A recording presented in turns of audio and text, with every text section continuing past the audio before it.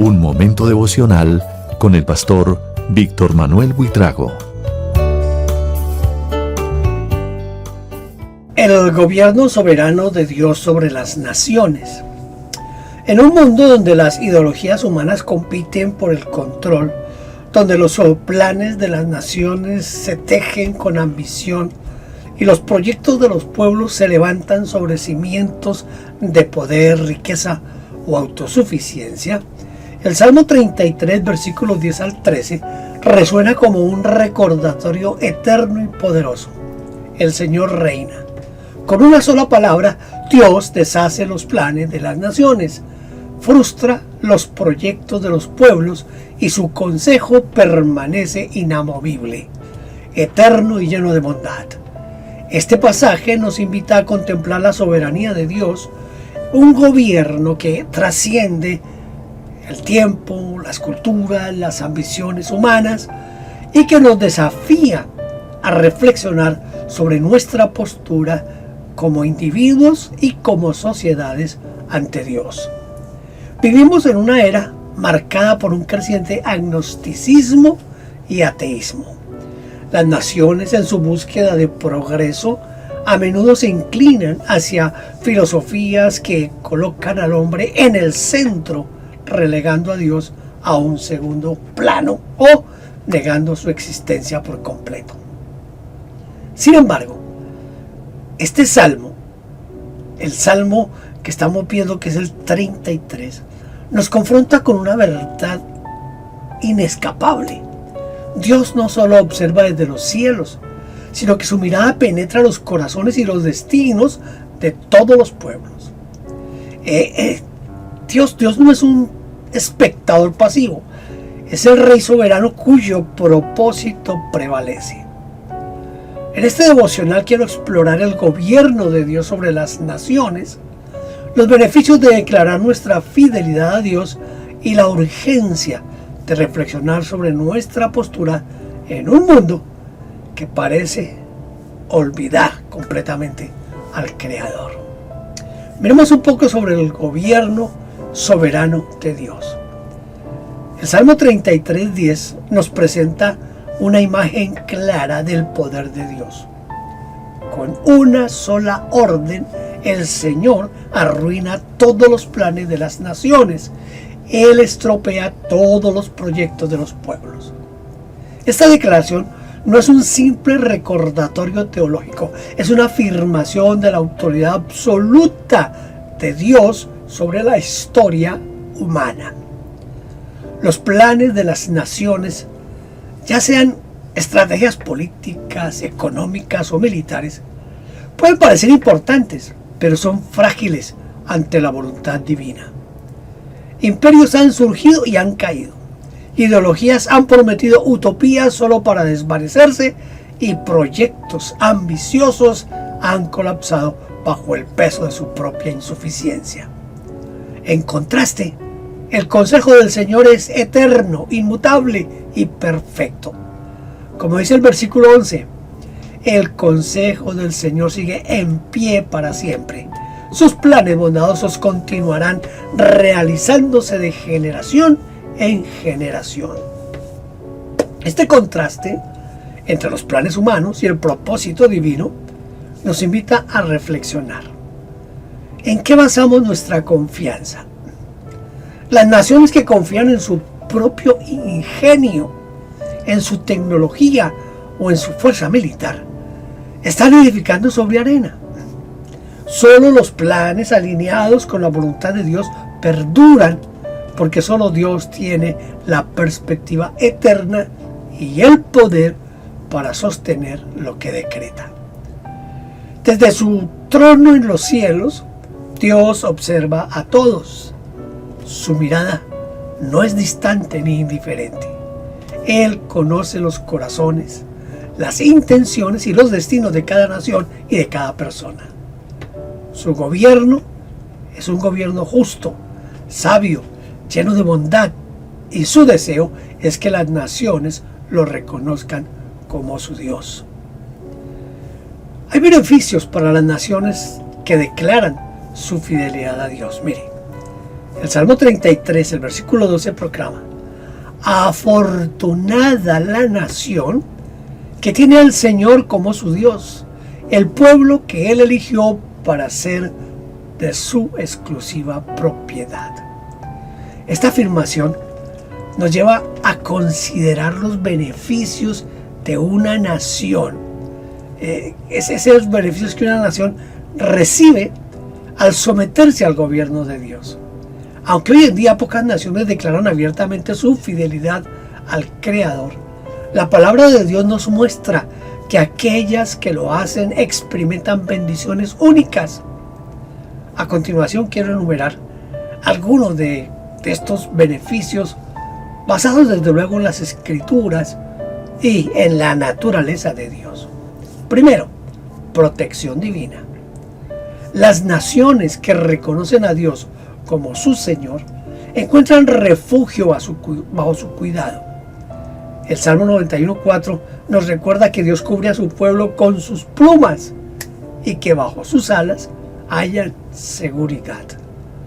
Una nación que confía en Dios no depende únicamente de su fuerza militar o su fuerza económica, sino que descansa en la promesa de que el Señor es su escudo y su fortaleza. Segundo, una nación que confiesa a Dios como su Señor tiene prosperidad espiritual y moral. Una nación que honra a Dios cultiva valores que promueven la justicia, la compasión y la integridad. Proverbios 14:34 declara: la justicia engrandece a la nación, pero el pecado es afrenta a los pueblos. Cuando una nación se alinea con los principios de Dios, fomenta una sociedad donde la verdad y la bondad prevalecen, lo que resulta en una conveniencia y en una convivencia más armoniosa y en un testimonio poderoso para otras naciones. Tercero, también tenemos guía en tiempos de crisis. Las naciones que buscan a Dios reciben dirección divina en momentos de incertidumbre. Isaías 30:21 promete que Dios guiará a su pueblo diciéndole: este es el camino, anden por él. En un mundo lleno de desafíos globales, guerras, crisis económicas, desastres naturales, las naciones que confían en Dios encuentran sabiduría para navegar a través de esas tormentas. Cuarto, hay una bendición generacional. El Salmo 33:11 destaca que los planes de Dios se realizan de generación en generación. Las naciones que declaran su fidelidad a Dios no solo reciben bendiciones inmediatas, sino que aseguran un legado de fe para las generaciones futuras.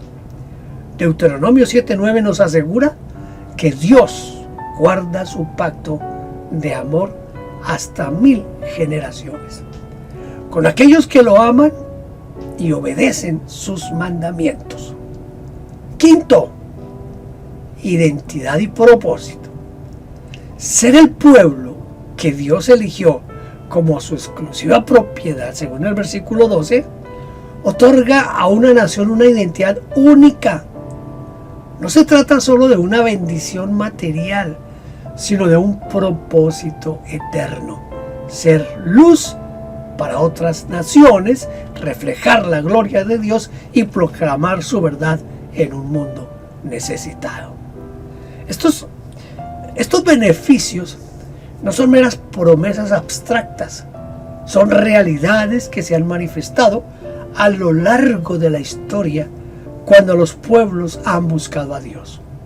Sin embargo, en un mundo cada vez más secular, estas verdades parecen desvanecerse en el horizonte de la conciencia colectiva. Creo que debemos hacer una reflexión en un mundo tan agnóstico y tan ateo, ¿verdad? En el panorama actual, encontrar una nación que declare abiertamente su fidelidad a Dios es un verdadero desafío. El agnosticismo y el ateísmo han ganado terreno promoviendo una visión del mundo que exalta la autonomía humana y descarta la necesidad de un creador. Países que alguna vez se identificaron con valores cristianos o teístas han adoptado posturas neutrales o incluso hostiles hacia la fe. Esta tendencia no es solo un cambio cultural, es un desafío espiritual que nos llama a reflexionar profundamente. ¿Por qué las naciones se alejan de Dios? En parte es el resultado de la confianza en el progreso humano. La tecnología, la ciencia, la globalización han dado a las sociedades una sensación de autosuficiencia. Sin embargo, esta misma autosuficiencia revela su fragilidad cuando las crisis golpean. Pandemias, conflictos internacionales, desigualdades sociales. Los planes humanos, por más brillantes que parezcan, no pueden sostenerse sin la base sólida del consejo de Dios, de ese consejo divino. El Salmo 33 nos confronta con una pregunta crucial. ¿Qué significa para una nación tener al Señor como su Dios en el siglo XXI? No se trata solo de declaraciones oficiales o de símbolos religiosos en banderas y constituciones. Tener al Señor como Dios implica un compromiso colectivo de vivir según sus principios. La justicia, el amor, la humildad, la verdad. Esto implica reconocer que sin Dios nuestros planes son vanos y nuestros proyectos frágiles. En este contexto, los creyentes tenemos un papel vital. Aunque las naciones, como entidades políticas, puedan alejarse de Dios, los individuos y las comunidades de fe pueden ser luz en la oscuridad. Podemos orar por nuestras naciones, como nos exhorta 1 a Timoteo capítulo 2 versículos 1 y 2, para que los líderes gobiernen con sabiduría y justicia. Podemos vivir vidas que reflejen la bondad de Dios, siendo testimonios vivos de su poder transformador. Y podemos recordar a otros que, aunque el mundo se incline hacia el escepticismo, el Señor, nuestro Dios, sigue mirando desde los cielos, invitando a todos a volver a Él. Ya tratando de concluir esta pequeña meditación, quiero hacer un llamado a la reflexión. El Salmo 33, los versículos 10 al 13, es un recordatorio poderoso de que el gobierno de Dios es supremo. Las naciones pueden planear, pero solo el consejo del Señor permanece. En un mundo que parece olvidar a su Creador, este pasaje nos desafía a reflexionar. ¿Estamos como individuos y comunidades declarando nuestra fidelidad a Dios? ¿Estamos orando por nuestras naciones para que reconozcan al Señor como su Dios? ¿Estamos viviendo de tal manera que otros puedan ver la bendición de pertenecer al pueblo de Dios? Yo espero y deseo que este devocional sea un llamado a la acción. En un mundo agnóstico y ateo, seamos portadores de esperanza, proclamando con nuestras vidas que afortunada es la nación que tiene al Señor como su Dios.